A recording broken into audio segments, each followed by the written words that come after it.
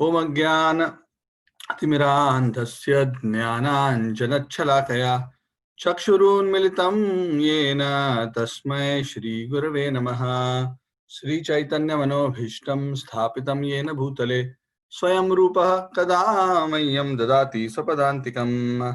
वन्देऽहं श्रीगुरोः श्रीयुतापदकमलं श्रीगुरून् वैष्णवांश्च श्रीरूपं सागरजातं सहगणा रघुनाथान्वितं तं सजीवं साद्वैतं सावधूतं परिजनासहितं कृष्णचैतन्यदेवं श्रीराधाकृष्णपादान् सहगणललिता श्रीविशाखान्वितांश्च।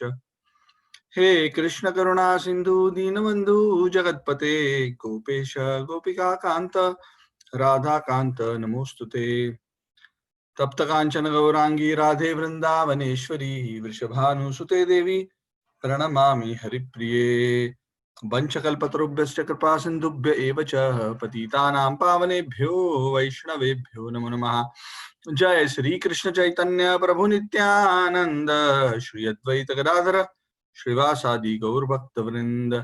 हरे कृष्ण कृष्ण कृष्ण हरे हरे, हरे राम राम राम हरे हरे। नमो विष्णुपादाय कृष्णप्रेष्ठाय भूतले श्रीमते राधानाथ स्वामिने इति नामिने।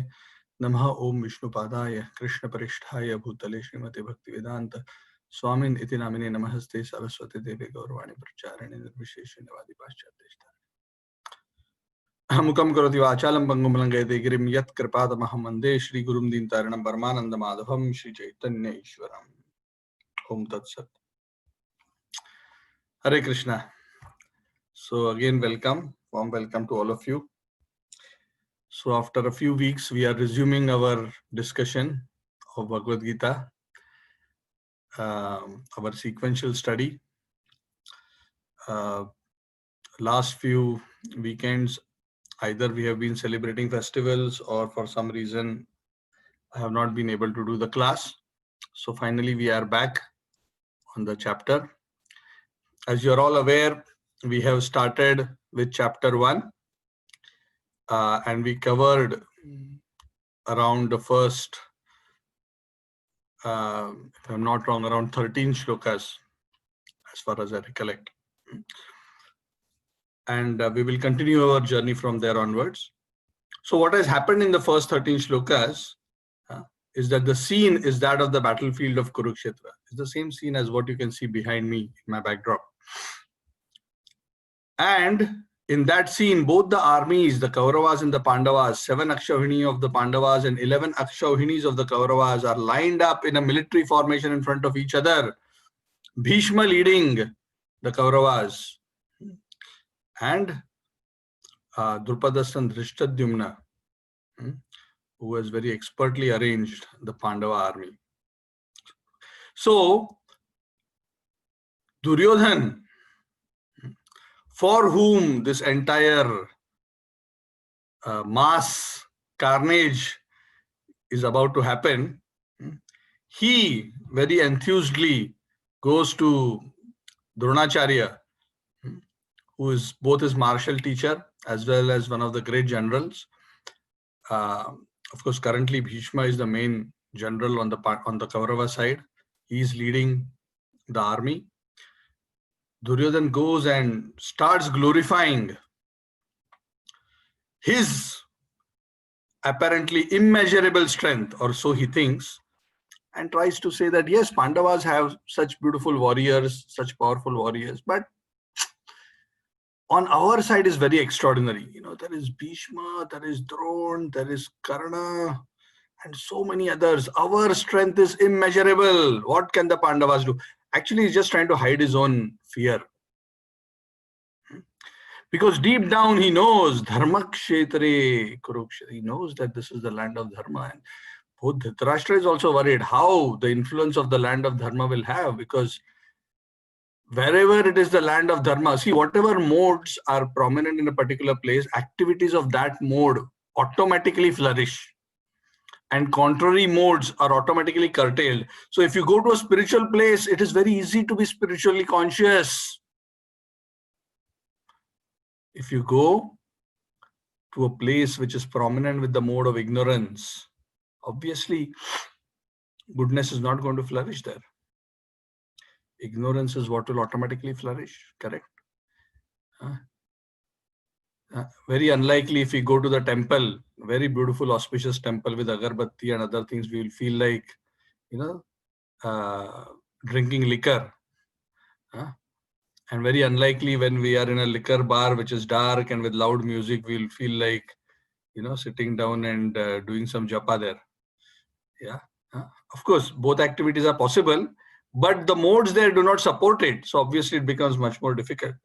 So there was this worry, and Dhritarashtra was asking Sanjay, his secretary, what exactly happened? Are they actually going to fight, or is it going to be some compromise? Because he was very keen that the fight happens.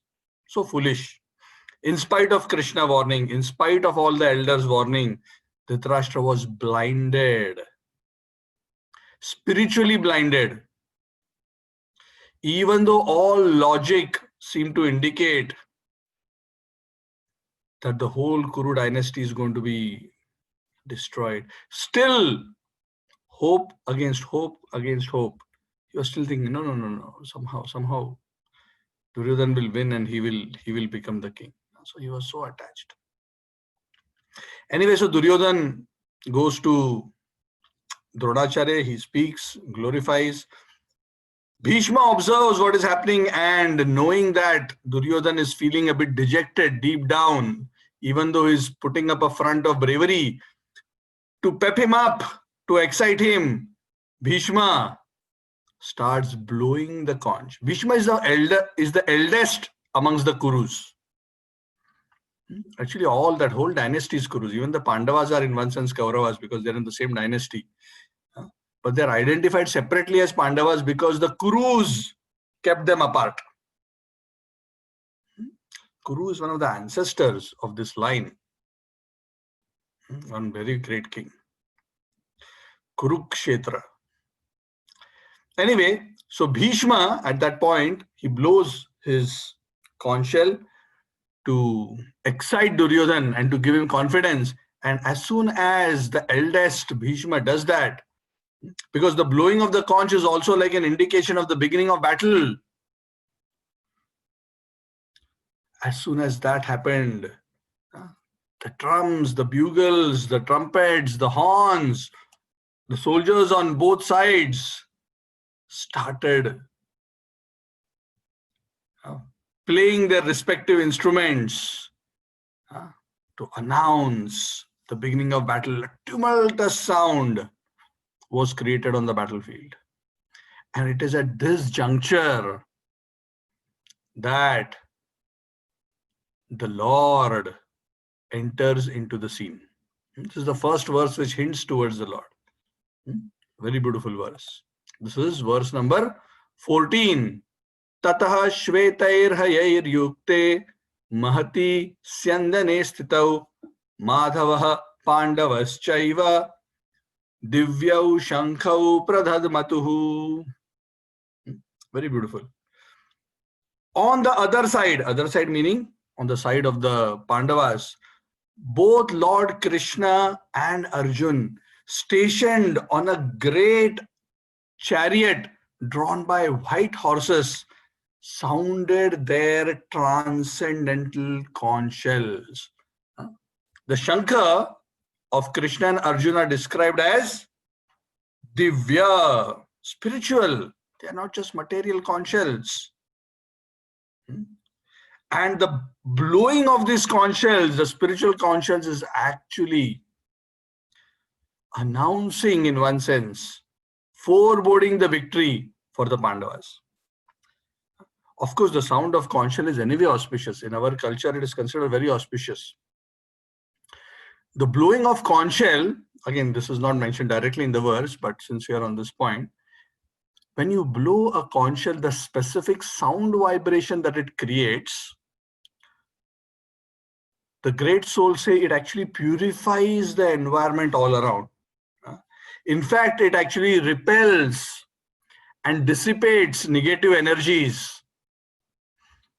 And it also clears any negative, sinful entities who may be hovering around. So conch shell is very auspicious.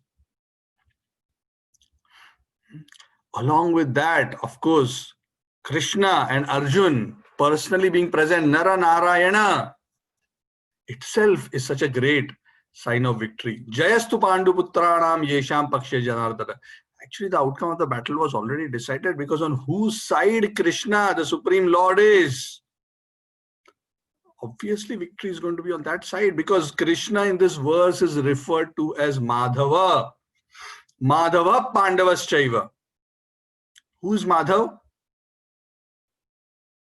Madhav is the husband of the goddess of fortune. Lakshmi Pati. The word Madhava literally means the husband of Lakshmi Devi, Madhava. So Krishna is he whose servant is the goddess of good fortune. So how can there be any bad fortune on that side? Good fortune personified, Lakshmi Devi personified, is at the feet of Krishna, of Madhava, and serving him always. What is the question of any inauspiciousness? So all this beautiful situation, and there are many other symptoms which are described in the next few verses, they are all actually foreboding. They are symptoms indicating the victory for the Pandavas. And especially the chariot is also described. It is said the chariot, this great chariot.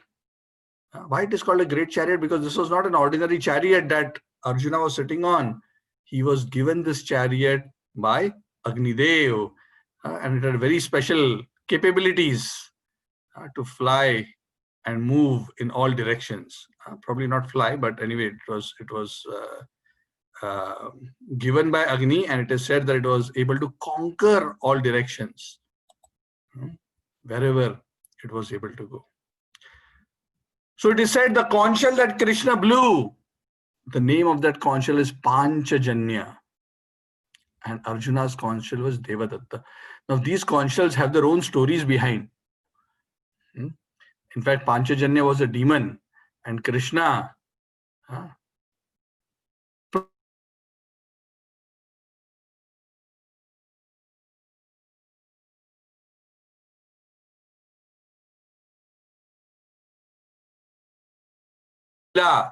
the conch shell from him. It was a very beautiful story, Panchajanya. Of course, Krishna's conch shell is obviously eternal, but whenever Krishna manifests in this world, performs his pastimes, there are various stories and pastimes which the Lord enacts, so that his Divya,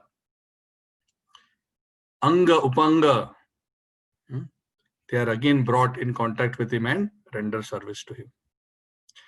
Just like Krishna and Arjuna were blowing their conch shells,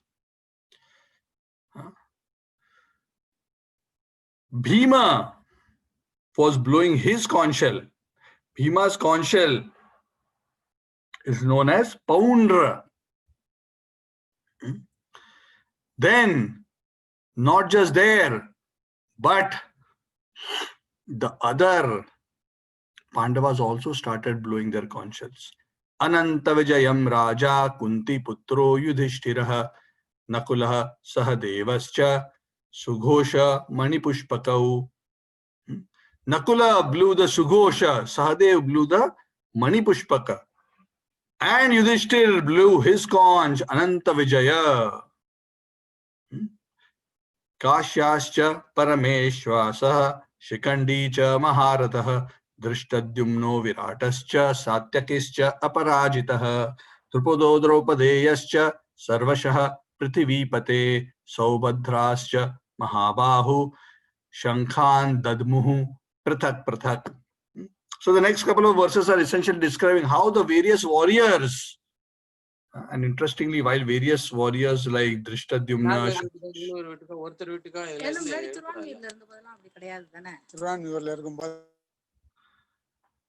so many warriors are described.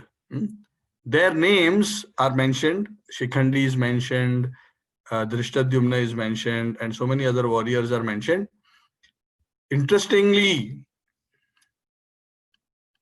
another very interesting name is mentioned is that of Abhimanyu. Can anybody tell me where Abhimanyu's name is mentioned here?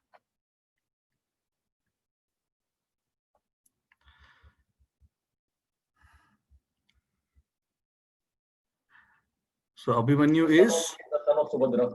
Yes, indirectly referred to as Saubhadra. Saubhadra means the son of Subhadra. Like Pandu's sons are called Pandava. Subhadra's son is called Saubhadra. That's a Sanskrit grammar. It's a way of, transforming the name of the mother or the father into the son of the child. Sorry, the name of the child.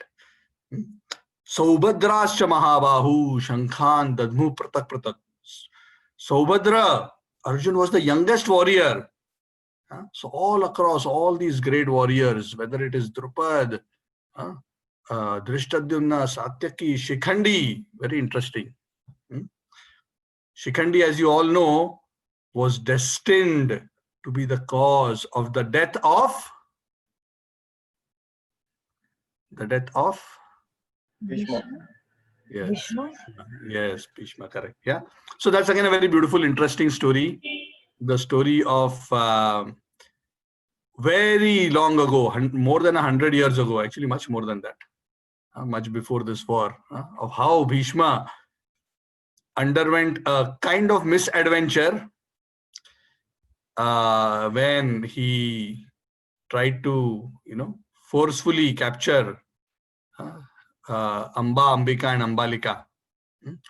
And then, there was this episode, I don't want to go into the details, how one of the princesses did not want to come and marry because she was in love with another king, and then so many things happened. And eventually, she took a couple of lives and finally she became Shikhandi. And she was given that benediction by Lord Shiva, if I'm not wrong, that she will be the cause. The she who transformed into a he through a benediction will become the cause of the death of Bhishma. So all these interesting names are mentioned here.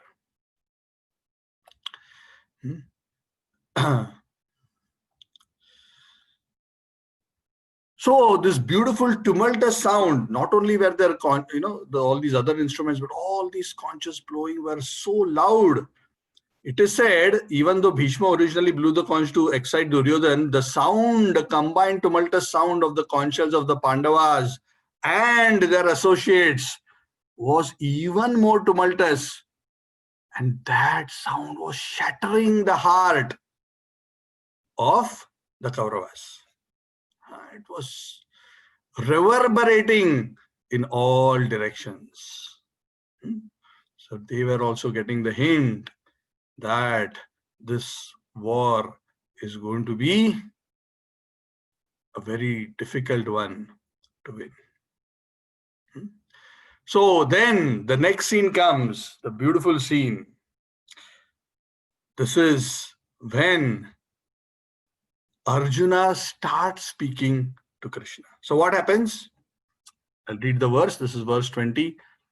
Atha vyavasthitan drishtva dhartarashtran kapidhvajah pravritte shastra sampate dhanur udyamya pandavah rishikesham tada vakyam idam aha mahipate.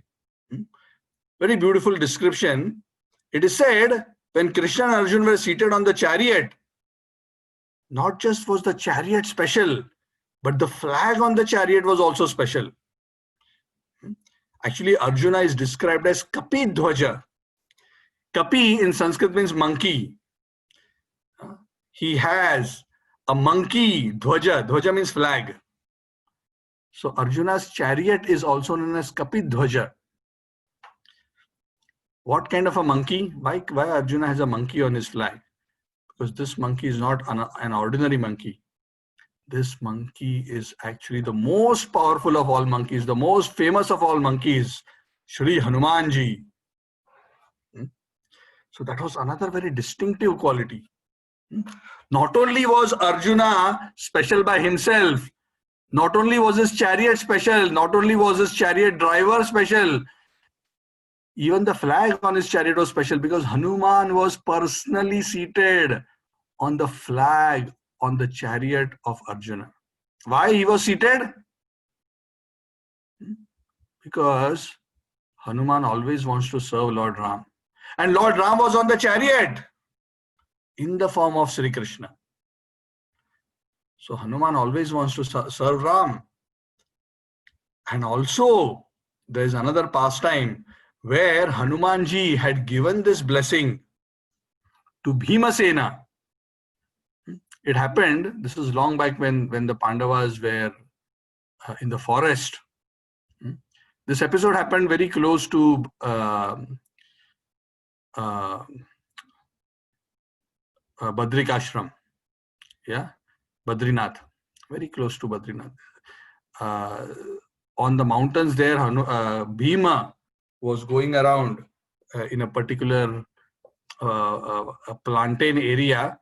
When he was trying to walk across a small path, he saw a very old monkey lying down on the side of the road, but his tail, his long tail was spread over the path. And Bhima, being a cultured person, he did not want to walk over the tail. See, in our culture, we are careful that even if somebody is lying along the way, we do not step over that person. Yes? What to speak of stepping over the body, even we do not step over the hand or the feet of a person. Why? Because in our culture, we recognize the presence of divinity within each and every living entity. We understand that the Lord is present in the heart of every living entity. And that is why the body of every living entity is actually like a temple. And in the temple, the culture is, you cannot go above the deity of the temple. It is not allowed. That is why you will see in most places where there is a temple, there should not be anything in the building above the deities. Nobody can walk above the deities or go above the deities. It's considered disrespectful. So similarly, the body is like a temple and one should not cross over. If one accidentally crosses over, one at least one has to offer obeisances and beg for forgiveness. Anyway, so Bhima, being cultured, did not want, and he told the monkey, "Oh, monkey, the monkey looked like very old. Please move your tail. I want to walk." So the monkey said, "Oh, I'm so old. I'm so tired. I cannot even lift my tail. Can you please move it?" So Bhima tried to move it. To cut a long story short, no matter how much effort he put, he couldn't even move the tail of Hanuman. And then finally he became humbled. And then he took shelter. And then Hanumanji revealed his real identity. He told him, "I'm your brother Hanuman. We are both Vayuputra." And Bhima was so happy to see Hanumanji. Both great devotees. Bhima is a pure devotee. Hanumanji is definitely a pure devotee. Then in that conversation, when Bhima sought a blessing from Hanumanji, Hanuman offered this blessing that in the future, when the time comes, I will be on the chariot flag of your brother Arjuna. And I will protect his chariot. And also, whenever you make a sound, Bhima would love to make a horrendous, fearful sound when he was in battlefield. Like the kind, like, I don't know, I mean exactly like that, but I'm just giving an example. Like the gorillas and others, they make a huge sound. And that sound itself scares and puts off people. It is said, Hanuman gave the blessing that whenever you make a sound, my voice, my energy will join into your sound and it will become so ferocious and loud that it will scare and make all the enemies tremble. So these special blessings were given by Hanumanji because he also wanted to somehow participate in the Leela of Lord Ram, who was present on the planet in the form of Sri Krishna. So, Kapidhwaja, that is being referred to here, Kapidhwaja. Then, as this was happening, as Arjuna was taking up his bow and he was preparing Dhanur Udyamya, means he was just about getting ready to fight. And he was looking around at the Kauravas. Arjuna started speaking to Krishna the following words. So he said a very beautiful verse. Arjuna Uvacha Senayorubayor Madhye Ratam Sthapaya Me Achyuta Yavad Etan Niraksheham Yodhu Kaman Avasthitan Kair Maya Saha Yodhavyam Asmin Rana Samudyame. Arjuna is telling Krishna, "Oh Krishna, oh Achyuta," he especially uses the word Achyuta, "please take my chariot between the two armies. I want to see who are all these foolish people who have assembled here to fight. Knowing well that all doom is going to come about, and knowing well the evil mind of Duryodhan, in spite of that, I want to see who are these foolish people based on foolish material considerations who have come here to lose their life. And I want to see whom I have to contend with in battle in this massive carnage which is about to happen." So that's how Arjuna actually asks Krishna, he requests Krishna to take his chariot in the middle of the two armies. Now there's something very interesting. Please remember, Krishna has taken the role of a driver, a chariot driver. And here, it's like the passenger instructing the driver, "Hey, take my vehicle in the middle, between the two armies." Krishna is being referred to here as Achyuta. Why is Achyuta? Every verse in the Gita where Krishna is called by a particular name or Arjuna is referred to by a particular name, the names are not just accidental usages of certain names. The names are apt based on the context of the verse. Arjuna is telling Krishna, "Oh Achyuta, oh infallible one." Why is Krishna Achyuta? Because Krishna never fails. Never fails in what way? Of course, in any situation, Krishna cannot fail. But especially, he does not fail in his affection for his devotee. He never fails. Krishna, in spite of being the Supreme Personality of Godhead, did not fail in his affection for his devotee and friend Arjuna. He agreed to be a chariot driver, something which even many of us will hesitate to do even for our friends. But the Lord took that position because the Lord is not bothered about what others will say. The Lord is concerned about his devotee. And the Lord never hesitates to be especially affectionate to his devotees. And that is why the Lord is known as Achyuta. So the relationship between the devotee and the Lord is always very sweet. And it is not that it is always just the devotee who's serving the Lord. The relationship between the Bhakta and Bhagwan is so sweet that while the Bhakta, understanding his position as servant, is always busy trying to serve the Lord in reciprocation is busy trying to see ways in which the Lord can serve his devotee. And the Lord enjoys to do it. That's why the relationship is very beautiful, very spiritual, very sweet. In fact, the scriptures say, the Acharya says, that rather than simply receiving service from the devotee, Krishna enjoys taking the position of doing something for his devotee, of rendering service to his devotee.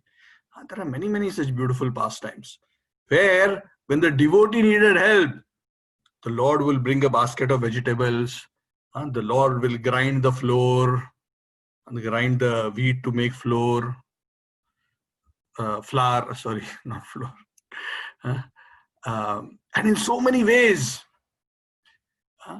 try to assist and render service to the devotee, not necessarily in grand ways of just giving, blessings from the sky, but rendering menial services, taking them by the hand and taking them to a particular place, feeding them, taking care of them, even sometimes in some leelas to the point of pressing the feet of the devotees, taking such menial positions, and the Lord does it with such love and such affection. The Lord enjoys.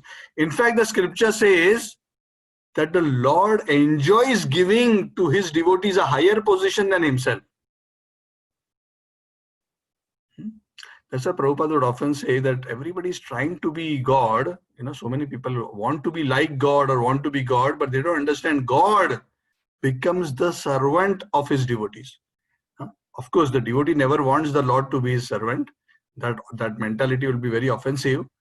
But that is the nature of Bhagavan, that when a living entity becomes a bhakta, naturally the Lord develops a mentality towards his devotee, also that of service. So the service, this beautiful relationship of service is actually reciprocal. Both the devotee enjoys rendering service and the Lord also enjoys rendering service. So Krishna was enjoying Arjuna being in a position of ordering him, because that ordering wasn't based on ego, that ordering was based on such affection. So when he was instructed like this, Arjuna actually elaborated his comment. He says, Yotsyamanaan avaksheham yat ete atra samagatah dhatarashtrasya durbuddher yuddhe priya chikirshavah. I want to see Krishna, take me in the middle of the battlefield so that I can see who have come here to fight. Who is it who want to please this evil-minded son of Dhritarashtra, this Duryodhan? Everybody knew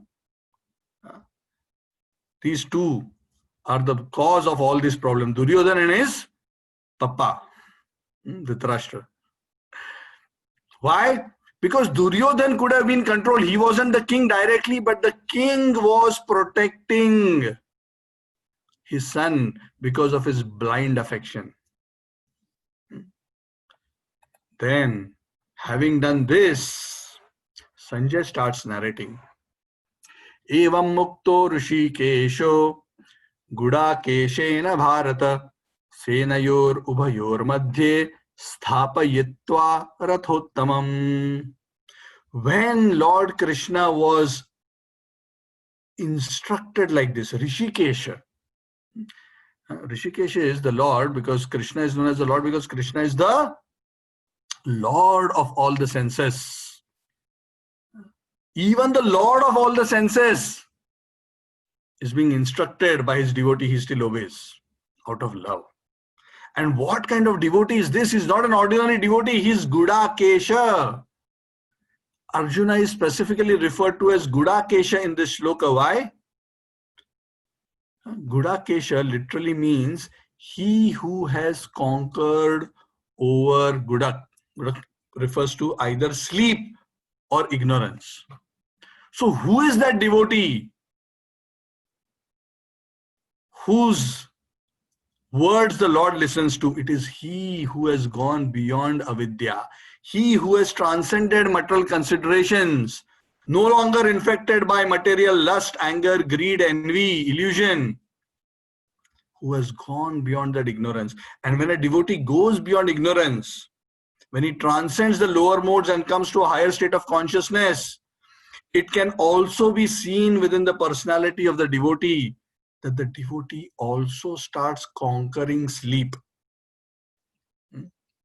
It is seen that as a person makes more and more spiritual advancement, as tamogun starts reducing, One of the key characteristics of tamogun is sleep. Those who are more in tamogun, they enjoy sleeping more. When the soul starts making spiritual advancement, he starts requiring less and less sleep. In fact, those who are very great souls, they barely sleep for a couple of hours. Prabhupada would do like that. He would sleep 1 or 2 hours, then he would get up. All throughout the night, he would be translating books and writing commentaries, as all the other devotees are sleeping. So Arjuna is also such a Gudakesha. And how can a person actually conquer his sleep, conquer ignorance? The simple way of conquering it is by always being Krishna conscious. And one can become Krishna conscious simply by remembering Krishna. And such consciousness is called perfect samadhi. Samyak adhiyate yasmin atma tattva yathatmayam. When the consciousness is fixed in spiritual understanding. Satatam kirtayanto mam yatantascha dridhavrata. Those who are great souls, Satatam kirtayanto mam, they are always chanting my glories. It is easy to remember Krishna when we are always chanting his glories. Otherwise, to think of Krishna is not easy. That is why the scriptures recommend in Kali Yuga one should always chant, because chanting will help absorb one's consciousness. So, having been requested like this, Krishna drew that fine chariot driven by these 4 white horses in the middle of the 2 armies. Now, just imagine the scene. The announcement has happened, the conch shells have been blown, the armies are about to charge, and suddenly this chariot comes and pulls in between the 2 armies. Everybody's watching. What is happening? At that time,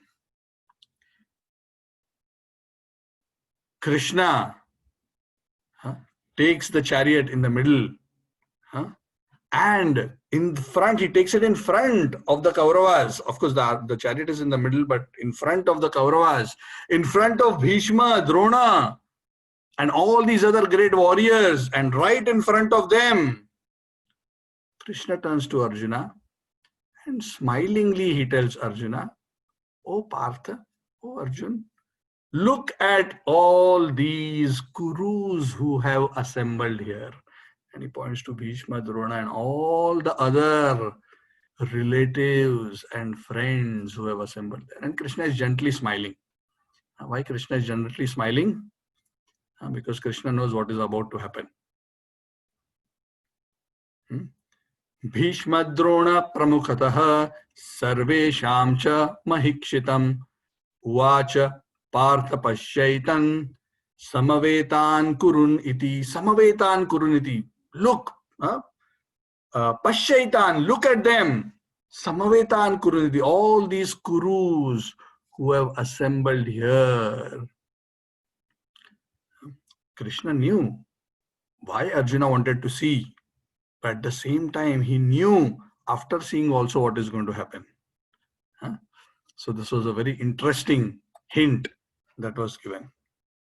When Krishna said like this and Arjuna actually started seeing all these warriors, it's not that he did not know that they are there, but when he saw them in front of him in this whole situation with both the armies facing each other and looking at them so enthusiastic and so eager to fight, Arjuna was amazed. He was amazed. How come these people have come to this kind of a state where they are so eager to fight, that too for Duryodhan, that too, in such a situation. And Arjuna's mind started calculating and trying to analyze all these personalities who have gathered. He could see that within the army, all these people, there is his grandfather, there is his teacher, there are people who are equivalent to his father. There are uncles, there are brothers, there are sons and grandsons and friends, father-in-laws, well-wishers, so many of them. And he's like, "Oh Lord, what is this?" I have to fight all these people and try to kill them, and they are all going to try to kill me. He saw Bhishma, he saw Somadatta, he saw teachers like Drona and Kripacharya, uncles like Shalya and Shakuni, brothers like Duryodhana and all the other Kauravas. Equivalent to his sons were Lakshmana and others who are actually the sons of the Kauravas, and friends like Ashwathama and Kritavarma. He could see so many. And as he started seeing this, Tan Samiksha Sakaunteya Sarvan Bandhun Avastitan Kripaya Parayavisto Vishidan Idam Abravit. When son of Kunti saw all these, Sarvan Bandhun Avastitan, all these bandhus means relatives. Kripaya Parayavishto, he became overwhelmed by kripa, by compassion. He started feeling, oh, what is this? All these people are going to die. And for what? For a kingdom. He became overwhelmed, and a Vishad overcame him. Vishad means a deep sense of grief and lamentation. Vishidan Idam Abravit, and he started speaking to Krishna. Overwhelmed with compassion, he says, Arjun says, Drishtvevam Sajanam Krishna Yuyutsam Samupastitam Sidanti Mama Gatrani Mukham Cha Parishushyati. Oh, my dear Krishna, Drishtvevam Swajana, I am looking at all my Swajan, my own people who are eager to fight. Yuyutsum. Yuyutsu means those who are eager to fight. By the way, one of the Kauravas' name was also Yuyutsu. He was amongst the youngest of all the 100 Kauravas. And he was actually the only Kaurava who sided with the Pandavas. Very interesting. Anyway, this word Yuyutsu doesn't have any reference to him, but I'm just mentioning it as a side comment. Siddhanti mama gatrani mukham cha parishishyati, and Arjuna is saying, Krishna, I am shocked to see this. The realization that has come on my mind after seeing all these warriors, the realization of the calamity, the realization of the consequence and of what is about to happen. My limbs, my hands, my legs are trembling. My mouth is drying up. So Arjuna is feeling so overwhelmed, and he's so shocked and terrified, not out of fear, out of compassion.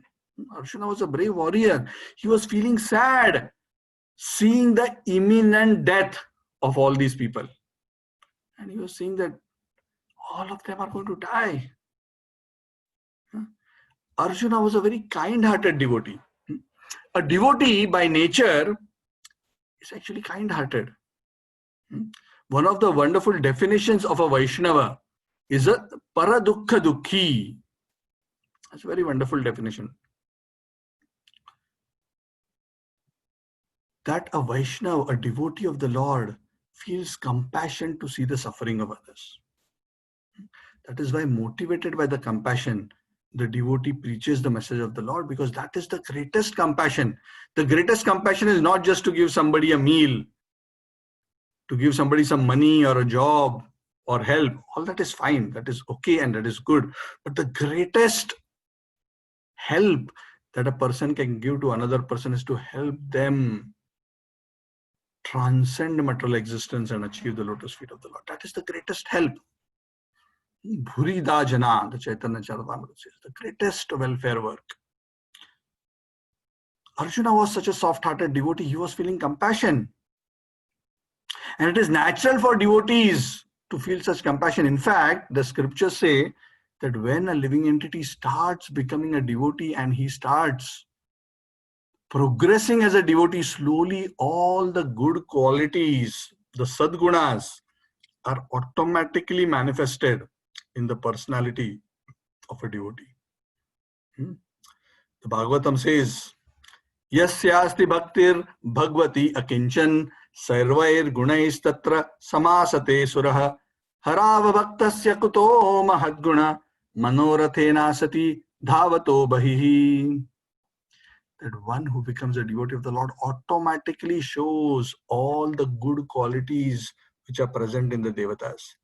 But those who are materialistic, atheistic people, even though externally they may try to show good qualities, don't have any substantial, real good qualities in them because they do not have any inner substance. This was mentioned in the Bhagavad 5.18.12. So Arjuna, being a devotee, he was feeling like that. And he goes on to describe, Ve patuscha sharire me roma harshascha jayate gandivam samsarte hastat tvakchaiva paridhyate. More symptoms. Arjuna is saying, Krishna, not just I'm quivering and my mouth is drying. My whole body is trembling now. My hair on the body, romancha, roma harsha. Chajayate is like romancha. Romancha means the hair on the body standing on the end. The hair on the body stands on the end usually in the two circumstances, either out of intense ecstasy or also when one is extremely excited, typically out of fear. Of course, Arjuna is not fearful in the material sense that he is fearful for himself. He is fearful of that outcome out of his feeling of compassion. And he's saying the bow Gandiva is slipping from my hand. I'm feeling as if my skin is burning. Tvak chaiva paridhyate. So all these signs that Arjuna is going through actually indicate, Prabhupada says that Arjuna is actually being afflicted by a material consciousness. A material consciousness is one which is thinking totally at a material level, at a bodily level. It is not seeing the higher truth in the particular situation. And he complains to Krishna and he says, Nacha shaknomi avasthatum brhamataiva cha me manah nimittani cha pashyami viparitani keshava. Oh Krishna, I cannot even stand. In fact, it is said actually literally the Gandiva slipped from his hand and he sat down in his chariot saying, I cannot stand. His legs were trembling. I am forgetting myself. My mind is reeling. Oh Krishna, only evil is going to come about. What is this? Oh killer of Keshi demon. In this case, he is calling Krishna as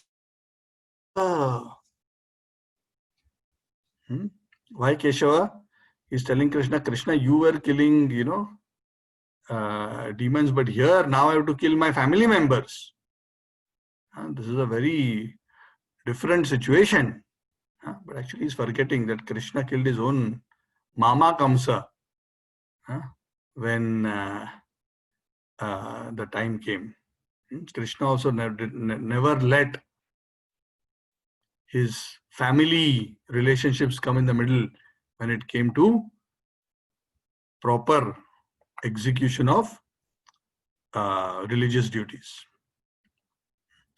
So Arjun, being like this, seeing all these, displaying all these weaknesses and feeling so helpless, becomes overcome. He becomes frustrated. He's thinking, oh God, why am I here? What is happening?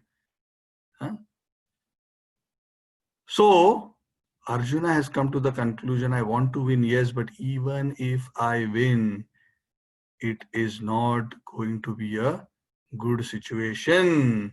Nacha shreyo anupashyami hatva swajanamahave nakangshe vijayam Krishna nacha rajyam sukhani cha.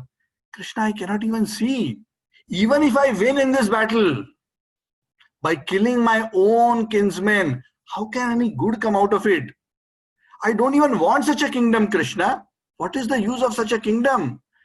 If this kingdom is going to be tainted with the blood of my relatives, it is not going to give me any joy. See, this is again a typical material mentality, correct? when one earns a lot of money, one earns for what? So that he can show off to his family, enjoy with his family, show off to his friends and relatives. But a typical material calculation is, yes, I will become rich and successful, but if I don't have anybody to show it off to, if I do not have somebody to enjoy it with, what is the use? So of course, Arjuna is being used, even though Arjuna is a great devotee, Arjuna is displaying this material mindset, because in this particular instance, he's playing the role of a material conditioned soul who is bewildered by material considerations. Actually, there is no reason to be worried, because the scriptures actually say to get a chance to fight a holy war like this, where one gets to take the side of dharma and fight, is actually such a great opportunity and such a great yajna in one sense, that the scriptures say a Kshatriya who gives up his life in such a war, in such a dharma yuddha, he achieves the same destination in heaven as what a sannyasi would achieve who has lived a life of full renunciation. So actually, he shouldn't be thinking like this, but being overwhelmed by compassion, he is thinking like that. So he is thinking, why should I fight? Let me just go and beg and become a beggar rather than trying to win the kingdom. Let me take sannyas.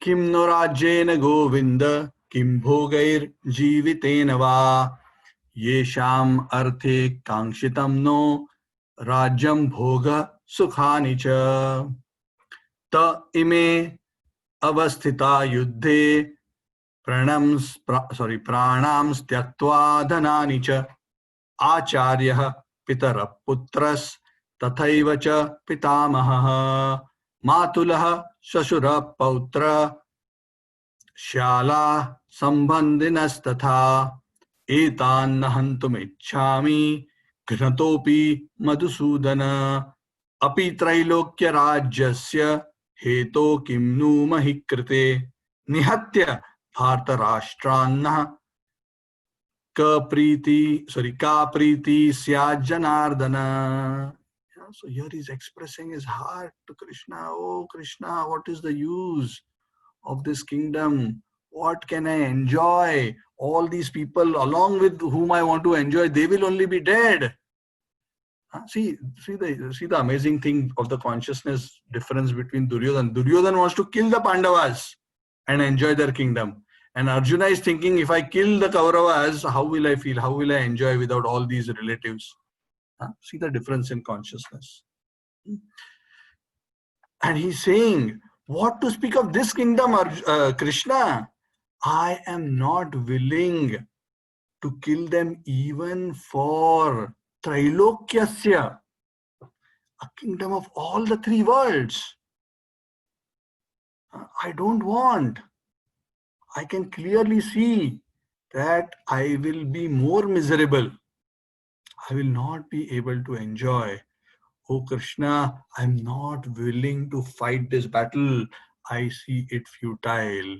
What to speak of this earth, even for the kingdom of the three worlds. Arjuna refers to Krishna here with the beautiful word Govinda. Oh Lord Govinda. Govinda means he who gives pleasure to the cows and the senses. Go in Sanskrit has many meanings. It refers to the cows. It refers to the senses. Senses meaning the indriyas. And it also in certain situations refers to the land. So Krishna gives pleasure to the senses, but Krishna, why are you putting me into this battle situation? And causing me misery. Arjuna is forgetting Krishna is Govinda. It's not Krishna's business to give pleasure to the material senses of the living entities, but rather it is the duty of the living entities to serve Krishna and give pleasure to Krishna's senses. Krishna is the source of everything. When we give pleasure to Krishna's senses, automatically all of us become satisfied. That is the definition of bhakti. Rishikena, Rishikesha Sevanam Bhaktir Uchyate. To engage the senses in the service of the Lord of the senses. Arjuna is not understanding actually Krishna already has his plan. And as per Krishna's plan, all of these warriors are anyway going to be killed. Actually, Arjuna simply has to become an instrument. Krishna already decided. When Draupadi was insulted, Krishna decided. When Krishna took the proposal for peace and Duryodhan rejected it, Krishna decided. So it was, if the Lord decides, who can stop? Yeah. So Krishna never tolerates offenses and insults to his devotees. And he will arrange. Whether sooner or later, the Lord will always arrange in such a way that proper justice is done. That's why I said the worst offense is to offend the devotees of the Lord. It totally destroys one, both materially and spiritually. So Krishna himself was determined to kill them. And that is why Arjuna should just act as an instrument and serve Krishna, serve Rishikesha, serve Govinda to fulfill his desire, rather than expecting that Krishna arrange things to fulfill Arjuna's own desires in a material way. So, I think we will take a pause here, and there are a few other arguments which Arjuna makes over the next few verses. We ended at verse 35. We will continue the discussion with verse 36 onwards, where Arjuna continues to make more arguments. So the next few verses, most of this chapter, actually Arjuna will continue to make more arguments justifying to Krishna his weakness as to why he thinks he should not fight. And then Krishna in the second chapter actually refutes and defeats all those arguments. Anyway, that comes in the second chapter.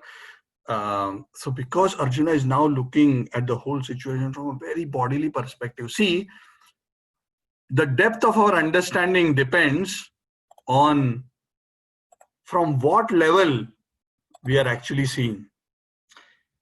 Just like when we are at ground level, when we look at things from a ground level, we see things to some level, but we cannot see all the details.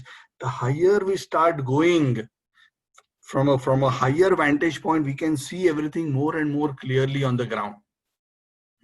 That is why those who are in a material consciousness, their vision is very clouded. They are in Maya, which means they think something to be something, but actually it is not. But as one elevates one's consciousness, one is able to see things more and more and more clearly. And then one understands all these material considerations are actually so trivial. This body itself is so temporary.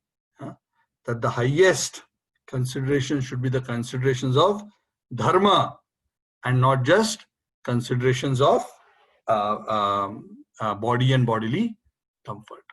Okay, so we'll take a pause here, and let's see if any of you have any questions for what we have discussed. Thank you. Hare Krishna.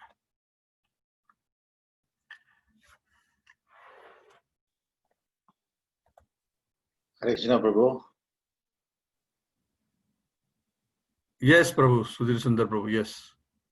Prabhu, I just want to seek clarification. Okay, in this battle, okay, Krishna took the position that he will just be the charioteer for Arjuna. Okay.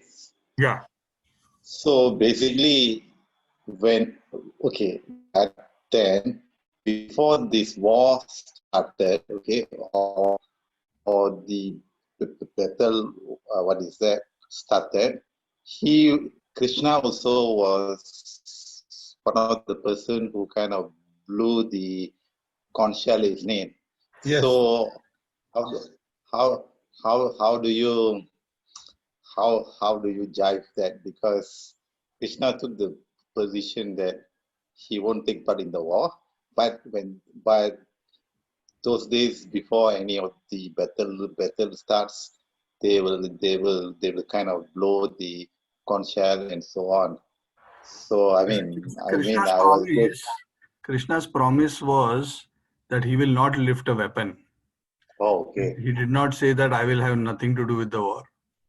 Oh, okay. Okay. Yes, Okay. yes. Okay. Prabhu, thanks. So yeah. So that's why he took the role of the chariot driver.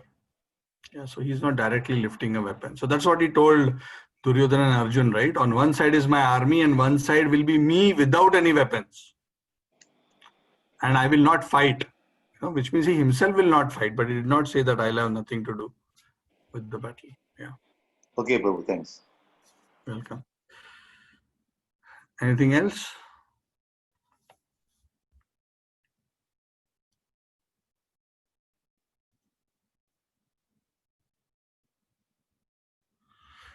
Okay, so if nothing, then I saw some comments where I think Amit was saying that I should mention the verses while I'm reciting. So as I'm reciting some of the shlokas, if you want in the background, you can also try to read the shlokas. It's sometimes a bit difficult because I may or may not recite all, but today I think I recited most of the verses. Is it okay? I mean, does it help if I recite the verses, or should I just go and narrate? What do you think? I think, Prabhu, it's better you recite the verses as well.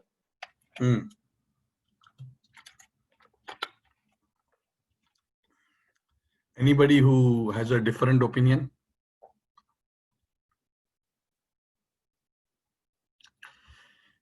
Okay, so I assume yes. Okay, fine. It's nice and sweet to hear the Lord's words. The verses from the Gita are very sweet and powerful. So we will do that. Yeah. So if there is no other question or comment, then we will end the class, and then we will meet again on Saturday to continue our Bhagavatam discussion. Okay, so I would like to thank everyone. Granthala Srimad Bhagavad Gita ki Jai, Srila Prabhupada ki Jai, Samaveta Gaura Bhakta ki Jai, Tai Gaura Premanandi.